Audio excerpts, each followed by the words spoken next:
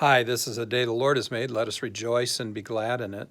Our devotion for today, September 1st, is from the Gospel of Mark, chapter 12, verses 13 through 17. Verses 13 and 14. And they sent to him some of the Pharisees and some of the Herodians to trap him in his talk. And they came and said to him, Teacher, we know that you are true and do not care about anyone's opinion, for you are not swayed by appearances, but truly teach the way of God. Well, the chief priests and some Pharisees and some Herodians, that is, some of the court of Herod Antipas, to go and trap Jesus with Jesus' own words.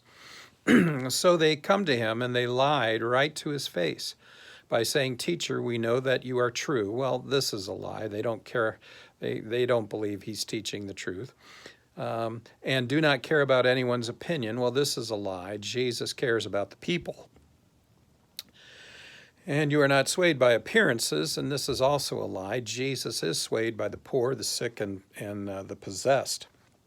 But he isn't influenced by the fine robes of the rich and powerful. And finally, but truly teach the way of God, which is another lie. Because if they believed this, if they believed Jesus really taught the way of God, then they wouldn't be here trying to trap him, would they? They would instead be listening and obeying and celebrating with him. Verse 14 continues. Is it lawful to pay taxes to Caesar or not? Should we pay them or should we not? So this is the question that they've worked out to trap Jesus. If he says yes to pay taxes, then the people will be mad at him and stop listening to him and following him.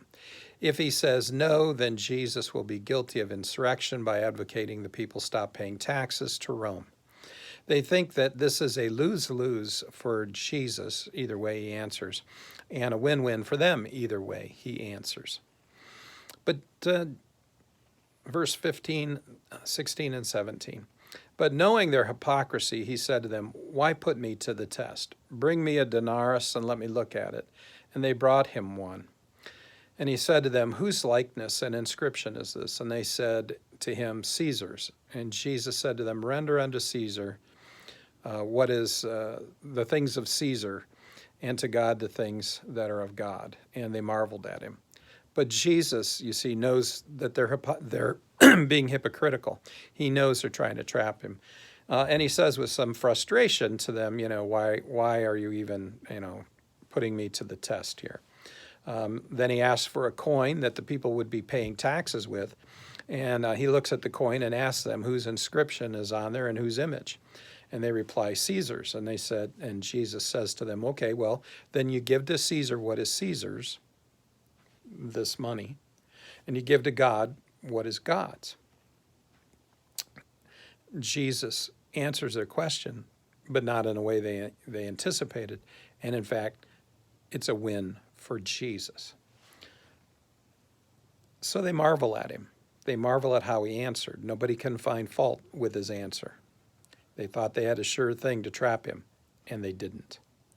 My friends, no one can trick or fool or trap Jesus.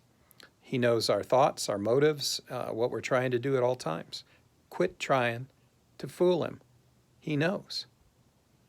He has us figured out. And yet, he still died for us on the cross. He still forgives us of our sins because he loves us. He loves you, even though we try to fool him. Go in peace, serve the Lord.